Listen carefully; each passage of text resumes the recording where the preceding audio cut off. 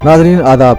अवधनामा के ख़ास प्रोग्राम अखबारों की दुनिया में मैं हारून रशीद आपका खैर मक़दम करता हूँ। पेश खिदमत है अवधनामा में शायर डॉक्टर सलीम खान का मज़मून बउनवान बड़े बेआब रूह होकर तेरे कूचे से हम निकले। वो लिखते हैं कि देवेंद्र फडणवीस के इस्तीफे ने यह साबित कर दिया कि एक निहायत चालाक ब्राह्मण की हिमायत में अगर वक्त का चाणक्य भी आ जाए तब भी मराठा के आगे उसे चारों खाने चित होना पड़ता है।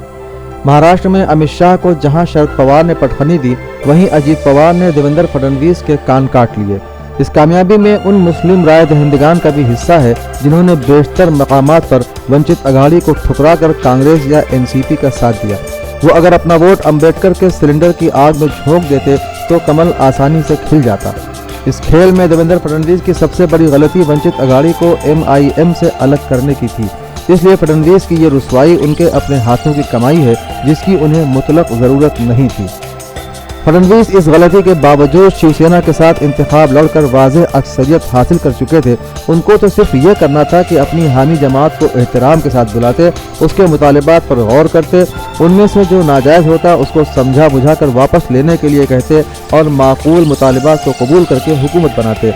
लेकिन रऊनत आड़े आ गई। सारे ब्राह्मण मगरूर नहीं होते, लेकिन जिनको संघ परिवार के संस्कार नसीब हो जाएं और उस पर इक़्तिदार का नशा चढ़ जाए तो उनका दिमाग ही ख़राब हो जाता है।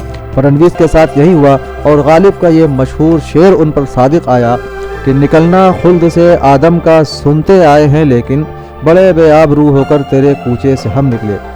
देवेंद्र फडणवीस के लिए इक़्तिदार से सुबुकदोश होना ज़रूरी नहीं था, लेकिन 9 नवंबर 2019 को उन्होंने इस्तीफ़ा देना पसंद किया, ये उनका हक़ था। इस वक्त तो सिर्फ उनके इस ऐलान का मजाक उड़ाया गया जिसमें वो कहा करते थे मैं ही वापस आऊँगा।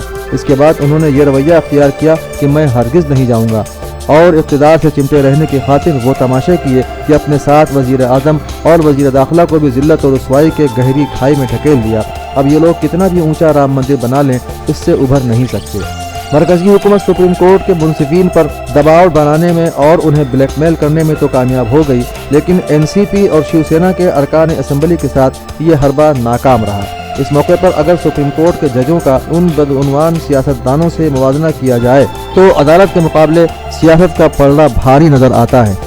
इस सियासी उठापटक में किसने क्या खोया और क्या पाया, इस सवाल का अगर जायज़ा लिया जाए तो चंद चीज़ें उभर कर सामने आती हैं। शिवसेना जिसको नायब वज़ीर आला का ओहदा नहीं मिल रहा था, उसे वज़ारत आला की कुर्सी मिल गई, जबकि उसके सिर्फ 56 अरकान असम्बली हैं।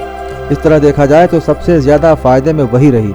कांग्रेस जिसके सिर्फ 44 अरकान असम्बली हैं और जिसकी ताज़ियत की जा चुकी थी, फिर से इक़्तिदार में हिस्सेदार बन गई। उसने दूसरा सबसे बड़ा मुनाफा बख्श सौदा कर लिया। NCP जिसने ये सारा खेल खेला, हकीकत में वज़ारत आला के ओहदे की हकदार है, लेकिन हालात ही कुछ ऐसे हैं कि उसे अपना नायब वज़ीर आला बनवाकर मलाई वाली वज़ारतों पर इक्तिफा करना पड़ेगा।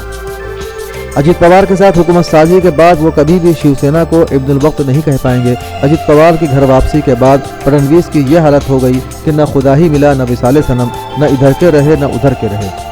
महाराष्ट्र में एक वक्त ठाकरे खानदान को रिमोट कंट्रोल कहा जाता था और हुकूमत पूरा खानदान करता था। अब सूरत हाल बदल गई है।